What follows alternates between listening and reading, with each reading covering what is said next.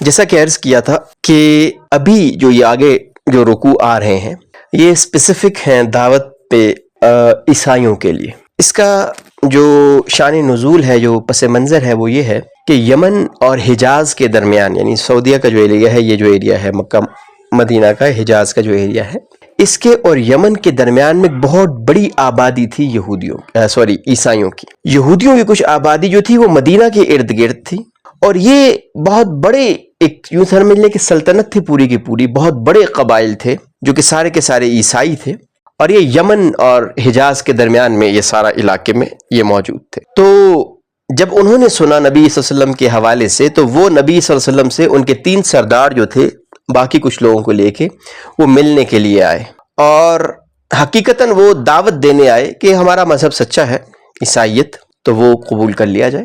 تو بیسیکلی وہ آئے تھے نبی صلی اللہ علیہ وسلم سے ملاقات کرنے، ان سے پوچھنے، انہوں نے نبوت کا دعویٰ کیا، کیا ہے، کیسے ہیں، لینیج کیا ہے، یہ ساری چیزیں کرنے کے لیے. تو یہ آیات اس پس منظر میں نازل ہوئی ہیں، ان کو ایک دعوت دینے کے لیے ان کو مخاطب کیا گیا. یہاں پہ مخاطب جو ہیں وہ عیسائی ہیں.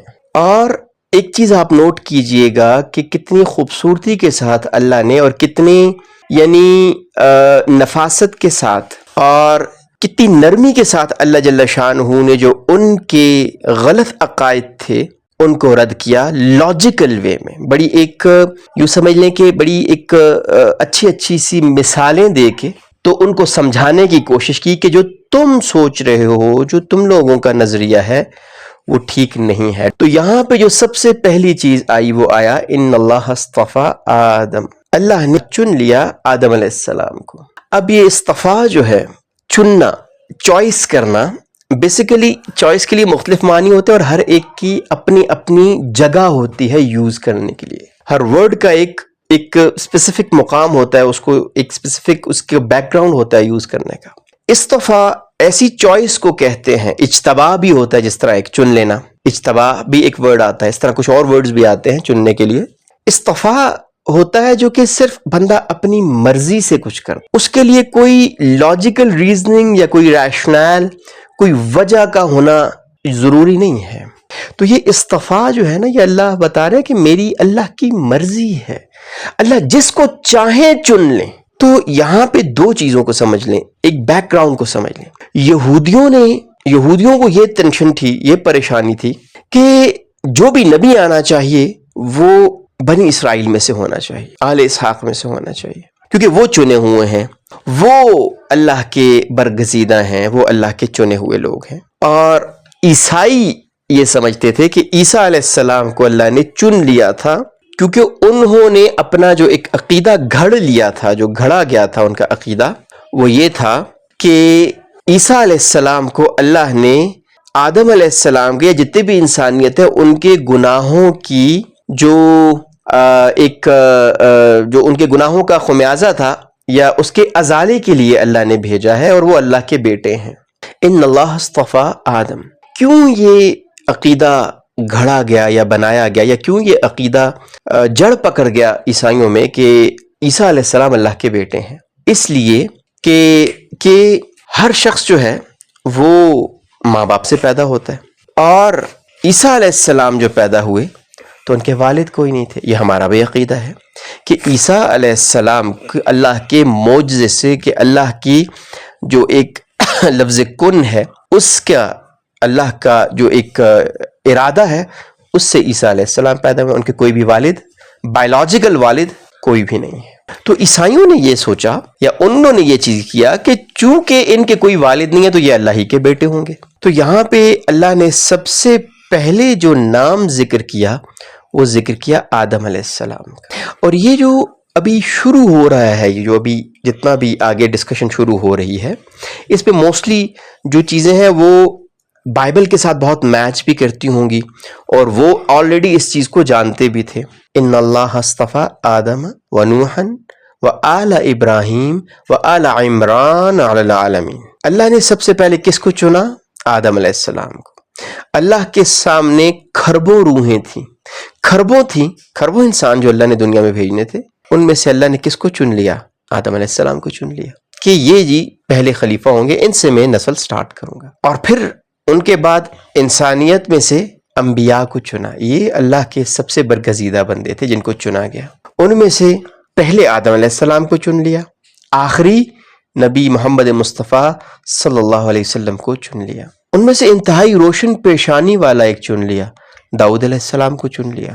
داؤد علیہ السلام کی جب روحوں کو سب کو نکالا گیا تو داؤد علیہ السلام بہت پرومیننٹ تھے, بہت پرومیننٹ تھے اس میں, اور ان کی پیشانی جو تھی وہ چمک رہی تھی. تو آدم علیہ السلام پوچھے یا اللہ یہ کون ہے؟ یہ داؤد ہیں, یہ آپ کی اولاد میں سے ہوں گے. اور خوبصورت بات یہ ہے کہ اللہ نے قرآن میں خلیفہ کا ورڈ دو انبیاء کے لیے, دو اشخاص کے لیے یوز کیا, ایک آدم علیہ السلام کے لیے, ایک داؤد علیہ السلام کے لیے. تو یہ اللہ کی مرضی, اللہ نے جس کو بھی چن لیا. اللہ نے چن لیا, کس کو چنا؟ عیسیٰ علیہ السلام کو چن لیا کہ وہ بغیر باپ کے پیدا ہوں گے. اللہ نے موسیٰ علیہ السلام کو چن لیا کہ اللہ ان سے ڈائریکٹلی کلام کریں گے. باقی جتنے بھی پیغمبر ہیں نبی صلی اللہ علیہ وسلم سمیت, سب کے پاس جبرائیل جو ہے وہ پہلی وحی لے کے آئے. موسیٰ علیہ السلام غالباً وہ واحد پیغمبر ہیں جن کے ساتھ اللہ نے ڈائریکٹ بات کی. آدم علیہ السلام تو چلو ایک ڈفرنٹ سچویشن ہے ان کی, وہ ڈفرنٹ ہے, تو اللہ کی مرضی جس کو چن لیں. لیکن اللہ نے سب سے پہلے بات کس کی آدم علیہ السلام کی. اور یہ آدم علیہ السلام کو لا کے ان کی ایک یاد دہانی کروائی جا رہی ہے کہ عیسیٰ علیہ السلام کی ایک والدہ تھیں, وہ ایک نیچرل وے سے پیدا ہوئے تھے. آدم علیہ السلام کے تو نہ والد تھے نہ والدہ تھے. تو اگر اس بنیاد پہ خدا کا بیٹا بننا ہو, اللہ کا بیٹا بننا ہو یا اللہ بننا ہو, تو اس کے زیادہ حقدار عیسیٰ علیہ السلام یا آدم علیہ السلام ہے کہ آدم علیہ السلام کے تو نہ والد تھے نہ والدہ تھی, اور وہ وجود میں آئے. تو سب سے پہلے ان کو یہ بتائے گی ان اللہ اصطفیٰ آدم, اور ساتھ اس لیے بھی بتایا گیا کہ جس طرح بائبل سٹارٹ ہوتی ہے تو سب سے پہلے آدم علیہ السلام کا ذکر آتا ہے. اللہ نے پہلے آدم علیہ السلام کا ذکر کیا, ونوح اور نوح علیہ السلام کا ذکر کیا. نوح علیہ السلام ایک بڑے امپورٹنٹ پیغمبر ہیں. اللہ کے نبی نے فرمایا کہ 5 اولو العزم پیغمبر ہیں, 5 اولو العزم پیغمبر ہیں. اللہ معاف فرمائے, ایک نوح علیہ السلام, موسیٰ علیہ السلام, عیسیٰ علیہ السلام, ابراہیم علیہ السلام اور محمد صلی اللہ علیہ وسلم, یہ 5 اولو العزم پیغمبر ہیں. صحیح. اور نوح علیہ السلام کی جو خصوصیت ہے وہ یہ ہے کہ نوح علیہ السلام کو آدم ثانی بھی کہا جاتا ہے, یعنی آدم علیہ السلام سے بنی نوح, آدم جتنے بھی انسان ہیں آدم علیہ السلام کی اولاد. آدم علیہ السلام کے بہت سارے بیٹے ہوں گے, ان بیٹوں کی آگے سے بہت ساری نسلیں چلی ہوں گی. لیکن جب نوح علیہ السلام کا زمانہ آیا, جب لوگ اللہ کو بھول گئے, بتوں کی جو ہے وہ پرستش کرنے لگے, تو اللہ نے نوح علیہ السلام کو بھیجا. اور نوح علیہ السلام جو ہے یہ استقامت کا ایک پہاڑ تھے, بہت بڑی استقامت اللہ نے ان کو دی تھی. اس سے اندازہ لگائیں کہ 950 سال 950 ایئرز انہوں نے لوگوں کو اللہ کی دعوت دی.